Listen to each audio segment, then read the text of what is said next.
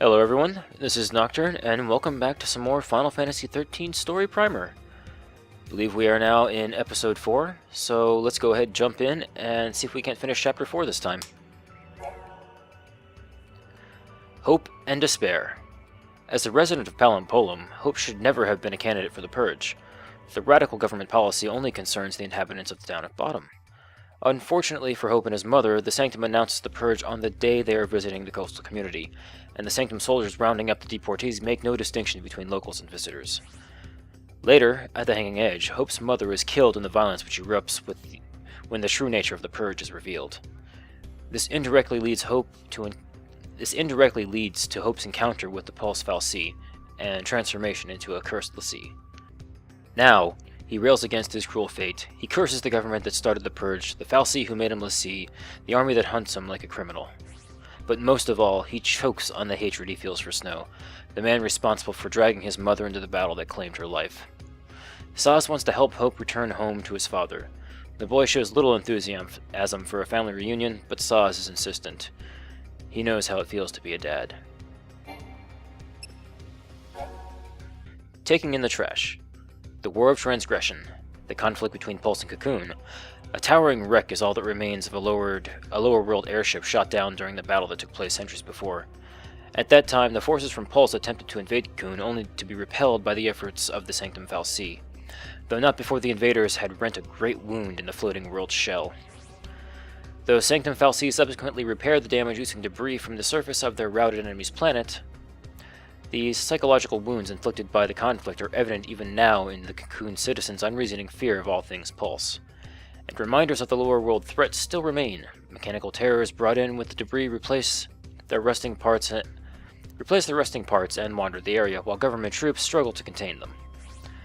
The Pulse fal'Cie buried in Bottom may have arrived in the same fashion, sleeping away the years until its eventual discovery. The lower world terror is looking at every shadow as Sazh creeps forward, doing his best to shield Vanille and Hope.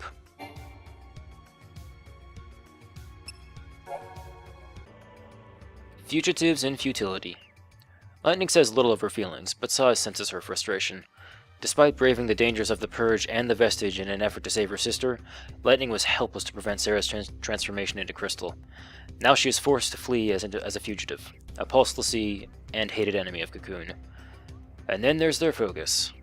If they don't complete the task they have yet to figure out, they face transformation into mindless Seath. Should they fulfill their focus, eternal crystal slumber is their only reward. And should they stop too long to ponder their fates, they risk capture and execution at the hands of the relentless Sanctum army. All roads seem to lead to despair, something Sazh understands only all too well. The question is, will Lightning help them find a way out of their hopeless situation? Unbeknownst to Sazh, the answer has already begun to form in her mind. Eden or bust? Lightning makes a decision. The Pulse fal'Cie transformed her and Sarah into l'Cie. The Sanctum fal'Cie, Eden, directs the army hunting her down.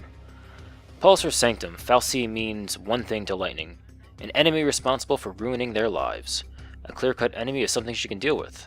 Having a target is something she can understand. The former soldier means to infiltrate the Sanctum's capital and take out the fal'Cie Eden. She knows her plan is reckless. It could be disastrous for Cocoon and flies in the face of Sarah's last wish. It could even end in battle against Snow, who will do anything to save Cocoon, but it's the only path that will satisfy her rage. Sazh and Vanille oppose her idea, but Hope embraces the opportunity. This is his chance to grow stronger and finally confront Snow. Lightning is done running away. Now she runs forward, her mind set on toppling the Sanctum, but even Lightning cannot foresee how this journey will end. And the last little piece we have in Chapter 4, as we are very close to the end of Chapter 4 in the LP right now. Thunderous Hooves. Hope makes a choice to fight alongside Lightning, but quickly finds himself exhausted by the pace. Lightning grows ever more agitated. Their enemy is the Sanctum army. She cannot afford to look after the straggling Hope while she faces such a dangerous foe. Losing all patience, Lightning curses his weakness and tries to leave him behind. In that moment, her l'Cie brand burns with radiant pain. As if to strike down obstacles in Lightning's path, the Eidolon Odin appears and attacks the bewildered Hope.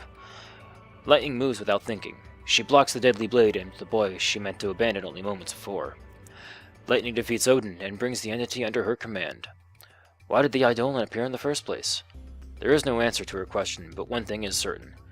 She no longer wishes to leave Hope to survive on his own.